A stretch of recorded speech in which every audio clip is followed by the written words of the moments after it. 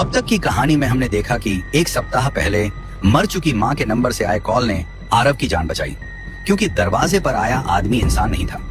भागते भागते एक रहस्यमय रिक्शा वाला आरव को एक पुराने घर तक ले गया, जहाँ पता चला कि उसकी माँ अब भी उसकी रक्षा कर रही है, मौत के बाद भी। लेकिन सबसे बड़ा सवाल अब भी हवा में तैर रहा है, वो बिना सिर और हाथ वाला डरावना साया आखिर था कौन? अगर आपने पिछला पार्ट नहीं देखा तो जाकर देख लो। पुराने घर के बाहर खड़ा आरव घबराहट से कांप रहा था। रिक्शा वाला अचानक रोशनी बनकर गायब हो गया था और चारों तरफ एक अजीब सी खामोशी पसरी थी। आरव ने हिम्मत करके घर का भारी लकड़ी का दरवाजा धक्का देकर खोला। दरवाजे के खुलते ही अंदर से धूल की गंध और ठंडी हवा का झोंका आया। कमरे में एक पुरानी लालटेन जल रही थी, जैसे किसी ने उसे अभी अभी जलाया हो। आरव धीरे धीरे अंदर गया और अचानक दीवार पर नजर पड़ी।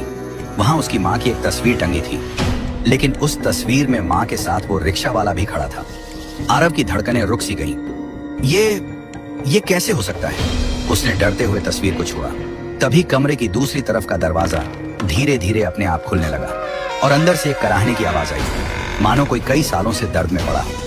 आरव डरते डरते उस तरफ बढ़ा।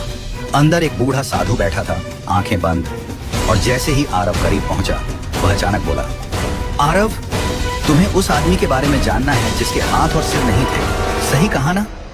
आरव की पसीने से भीगी आवाज निकली, हाँ। वो कौन था? वो मेरे पीछे क्यों पड़ा था? साधु ने आंखें खोली। उनकी आंखों में एक अजीब सी चमक थी और बोला, वो कोई आदमी नहीं था आरव, वो तुम्हारे माँ के अधूरे कर्मों का परिणाम था। तुम्हें पता नहीं, पर तुम्हारी माँ ने मरने से पहले एक बहुत बड़े रहस्य को छिपाया था, और वही रहस्य आज तुम्हारी जान लेने के पीछे पड़ा है। आरव सन्न रह गया। कौन सा रहस्य? मेरी माँ ने क्या छिपाया था? साधु ने गहरी सांस ली और बोला, ये घर, यह तस्वीर, रिक्शा वाला, सब कुछ उस रहस्य का हिस्सा है। और अगर तुम्हें सच जानना है तो तुम्हें जल्दी से अपनी माँ की आखिरी डायरी ढूंढनी होगी। उसमें लिखा हर शब्द तुम्हारी जिंदगी बचा सकता है, और अगर डायरी नहीं मिली तो वो बिना सिर वाला साया तुम्हें पकड़ ही लेगा।